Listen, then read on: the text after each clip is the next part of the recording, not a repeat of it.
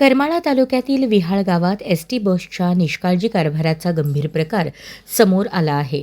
बस थांब्यावर शाळकरी विद्यार्थी एसटी बसची वाट पाहत असताना बस आल्यानंतर विद्यार्थी बसमध्ये चढण्यासाठी धावत गेले. यावेळी बसचा दरवाजा उघडा असताना चालकाने बस पुढे चालवल्याने एक शाळकरी विद्यार्थी खाली पडल्याची घटना घडली.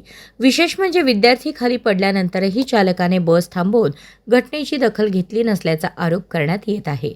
या प्रकारामुळे विद्यार्थी आणि पालकांच्या सुरक्षेचा प्रश्न ऐरणीवर आला असून करमाळा तालुक्यात या घटनेबाबत तीव्र नाराजी व्यक्त होत आहे.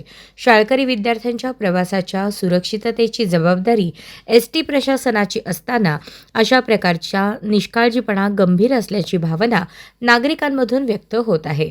संबंधित चालकावर तसेच या प्रकरणाची चौकशी करून जबाबदार अधिकाऱ्यांवर कारवाई करावी अशी मागणी होत आहे.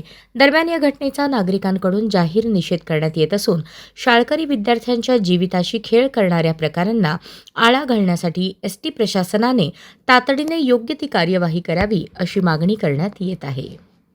अशाच नवनवीन अपडेटसाठी जनता राज्य न्यूज चॅनलला सबस्क्राईब करा, लाईक करा आणि शेअर करायला विसरू नका.